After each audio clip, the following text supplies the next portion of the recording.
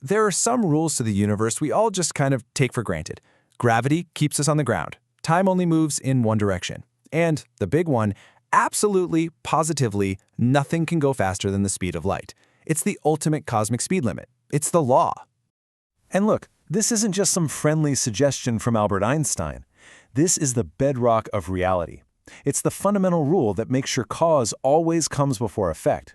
It's what stops the universe from just collapsing into a mess of paradoxes, where you could, say, get a reply to an email before you even hit send. It's supposed to be non-negotiable. Or is it? What if I told you that the weirdest, most successful theory in all of science, quantum mechanics, a theory Einstein himself helped get off the ground, has a dirty little secret? A spooky connection that seems to just shatter that universal speed limit and tear down everything we thought we knew about reality. Okay, so to really get why this is such a huge deal, you gotta understand why Einstein even made this speed limit a thing. Way back in Newton's day, gravity was thought to be instant. He called it action at a distance, which, let's be honest, even he thought was kinda nuts. I mean, just think about it. If the sun just, poof, vanished, Newton's theory says the Earth would instantly fly off its orbit, right at that very moment. But Einstein realized that this is a logical nightmare.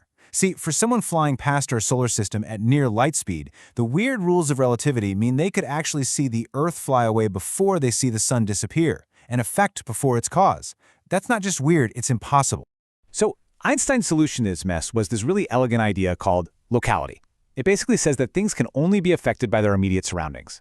If the sun vanished, it would create a ripple in space-time that travels outwards, well, at the speed of light. That ripple would take a full 8 minutes to reach us. That delay saves cause and effect for everybody. Problem solved. Reality is nice and sensible again. Right, so problem solved for gravity. But just as Einstein established this beautiful logical local rule, he found this terrifying new ghost in the machine, quantum mechanics. And it seemed to be doing the exact same impossible instantaneous action at a distance he had just gotten rid of. Okay, so picture this. It's 1927. Einstein comes up with a simple thought experiment. You fire one single electron. Quantum mechanics says its possible location, its wave function, spreads out like a wave in a pond. When it hits a screen, it shows up in just one spot. But here was Einstein's killer question. What happens to the rest of that wave, all over the rest of the screen, at that exact instant? It just disappears. It collapses to zero, everywhere at once. So the big question is, how did the wave function way over here know to disappear just because the particle was found way over there? That information, that signal, had to travel faster than light. To Einstein, this was a flat-out contradiction. It was the same non-local absurdity he just fought so hard to defeat. He was convinced the theory had to be incomplete. Now, you'd think this would be a showstopper, right? Albert Einstein himself pointing out a massive potential hole at the very heart of physics. But the reaction was, well, pretty much a shrug. The other giant of the quantum world, Niels Bohr, basically told everyone, don't worry about it. He argued that the theory works, so we should just shut up and calculate. And believe it or not, most physicists did just that. The case went cold. And look, this wasn't just some argument over equations. This was a deep philosophical battle over what reality is. Einstein believed in a local, objective reality that exists whether we're looking at it or not. Bohr, on the other hand, argued that physics can't tell us a thing about reality, only about what we measure. For Einstein, this spooky action was proof the theory was broken. For Bohr, asking what's happening when you're not measuring was, well, a meaningless question. But Einstein, he just couldn't let it go. In 1935, he dropped a bombshell, the EPR paper. It was his ultimate trump card, designed to prove his point using a phenomenon we now call entanglement. Imagine two particles born together, linked in some deep way. They can fly apart for miles, even light years. But the moment you measure a property of one, like its spin, you instantly know the spin of the other. Instantly. So how is that possible? How could one particle instantly know what happened to its twin across the entire universe? Einstein had a perfectly reasonable, common-sense explanation. He said there's no spooky communication. It's like a pair of gloves. You put one in each of two boxes and mail them to opposite ends of the Earth. The moment you open your box and see a left-handed glove, you instantly know the other one is right-handed. The information, these hidden variables, was there from the start. Simple, local, common sense. So this was supposed to be Einstein's checkmate. He had shown that quantum mechanics had to be either spooky and non-local, or just incomplete. And Bohr's response? It was famously confusing, to be honest. But his influence was so massive that when he basically said, "There's absolutely no problem here," the entire physics world just nodded and moved on. The biggest mystery in science was shoved in a drawer and ignored for 30 years. And for decades, that's where it stayed, just a philosophical debate. But then, in the 1960s, a physicist named John Bell gets his hands on Einstein's old, forgotten paper.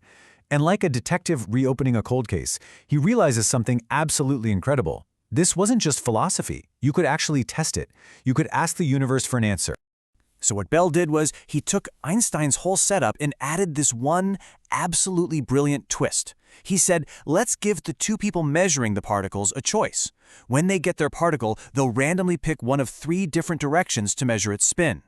This tiny little choice is what turns a philosophical argument into a real experiment with a real yes or no answer. And here's the genius part. Bell proved with pure math that these two versions of reality, they don't predict the same thing.